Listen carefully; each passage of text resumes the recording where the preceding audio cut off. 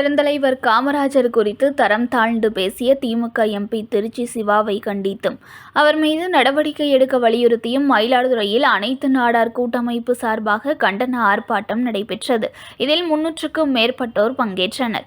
சமீபத்தில் நிகழ்ச்சி ஒன்றில் பேசிய திமுக கொள்கை பரப்பு துணை செயலாளரும் எம்பியுமான திருச்சி சிவா பெருந்தலைவர் காமராஜர் பற்றி சர்ச்சைக்குரிய சில கருத்துக்களை தெரிவித்திருந்தார்.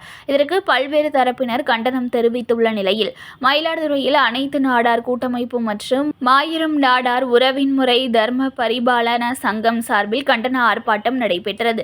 பேருந்து நிலையம் அருகில் நடைபெற்ற போராட்டத்தில் நாடார் கூட்டமைப்புகள், பெருந்தலைவர் காமராஜர், கக்கன் பேரமைப்பை சார்ந்த நிர்வாகிகள் 300க்கும் மேற்பட்டோர் பங்கேற்று கண்டன முழக்கங்களை எழுப்பினர்.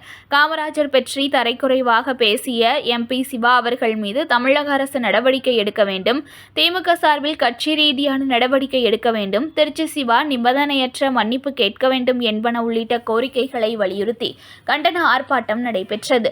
இதில் பங்கேற்றவர்கள் கோரிக்கைகளை வலியுறுத்தி கண்டன முழக்கமிட்டனர்.